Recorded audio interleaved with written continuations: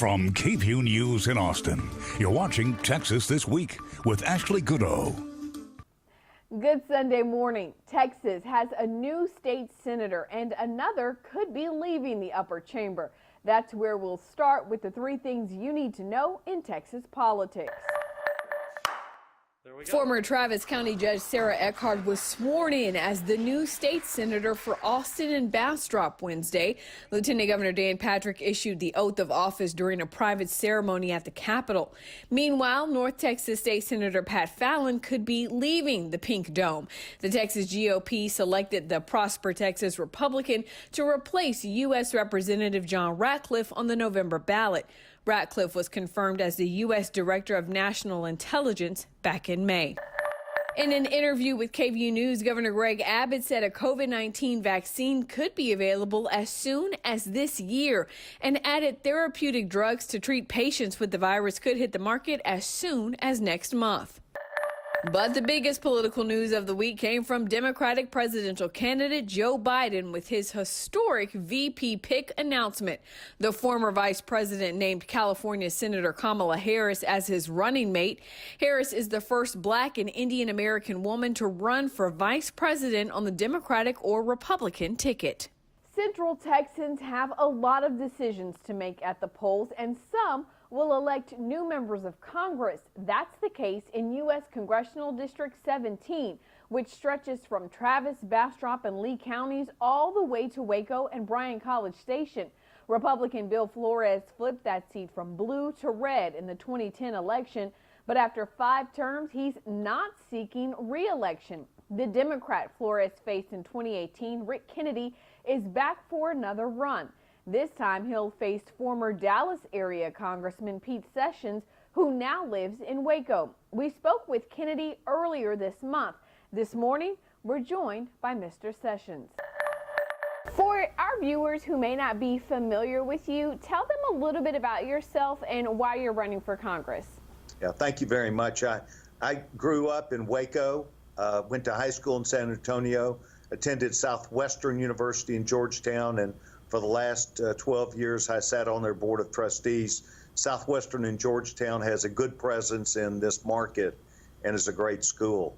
I represented the 5th District of Texas for 8 years, which is about 40% of the current Texas 17 district years ago. And then I represented Texas 32, which was primarily in Dallas for some 15 years. So I had 22-year career in Congress. I've got 2 beautiful boys and live here in Waco and a wife, and I'm running in Texas 17. I was asked to do this by a county chairman who wanted to make sure that the Republican Party had a person who not only understood the district but was able to be a conservative with ideas to solve problems of our country. And so they sought me out, and I moved back home, and I'm very happy. You know, your opponent, Rick Kennedy, and others have expressed some skepticism about your candidacy. They've been saying that, you know, after losing that North Texas seat in 2018, you moved to Waco just so that you could run for Congress again. What's your response to this criticism? Well, I think it's an observation, not criticism. I was asked by 3 Republican county chairmen, including the dominant county, which is McLennan County, that chairman. I have the experience, the know-how, and the desire to help our Republican Party to come with an experienced understanding of not only what needs to be done, but how to do it. And I represented about 40% of this district before, and then when you combine where I grew up and live, Waco, Texas, it's been a good attribute for me understanding not just the needs of the district, but the desires that they have about the future. And I think we will do quite well. I think we'll win this race, but the opportunity to represent a far-flung district is difficult. It goes from Waco down to Bryan College Station, and then west to Austin, Pflugerville. And so it's hard to have any one person that necessarily lived everywhere. But I feel very comfortable in representing people and have been through a year-long process, including a Republican primary and then a runoff that was extended for months. So I think I'm well positioned to not only understand the needs, but also my voting record is supportive of that. As Rick knows, I have a 100% voting record with the Texas Farm Bureau and a 100% record of voting to make sure that the people who live in this district have a growing economy. And that is what the needs of this district are. If you are elected to Congress, what will be your top priority? Well, the top priority, without any question, is to bring the stability in Washington where we can work together. And Mrs. Pelosi has decided that that is not something that she would wish or choose to do. They are for fighting.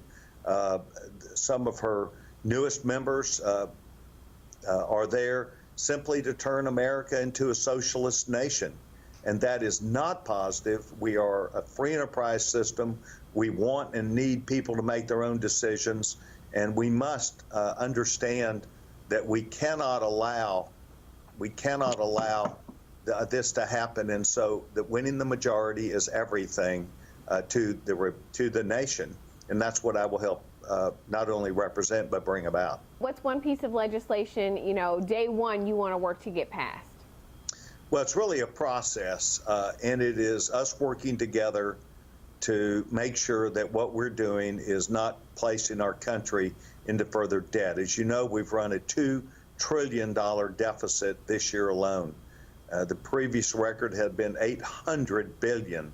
So we are many times above that. So what we need to do is decide how to fund the government, how to make sure Social Security and Medicare and Medicaid are properly taken care of, but not indebt the nation to where we lose our ability to be the greatest nation on the face of this earth. So it's really a process that I was a huge part of during the 6 years that I was chairman of the House Rules Committee. For 8 years, we held government spending flat. That included the military, that included other government spending. And during that period of time, the free enterprise system grew, and government then had to make tough decisions about the use of money. They didn't have enough to spill on the floor, and it made us more powerful because we're spending entirely too much money rather than looking at this as an asset for our children and grandchildren.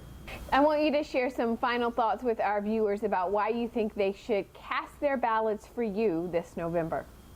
Ashley, thank you very much. I'm very excited about running again and being in the fight for our country. I think that now more than ever that the differences in our party have distinguished themselves, not just in Minneapolis and in Oregon and in Washington, but really in Chicago as we speak. And that is that there are certain elements of the Democratic Party that have turned out that they would find that that's the right way to approach the future, to attack law enforcement, to attack the military, to defund our police, to tear down police stations. In fact, we need the rule of law, people who are men and women, children. We need law enforcement there.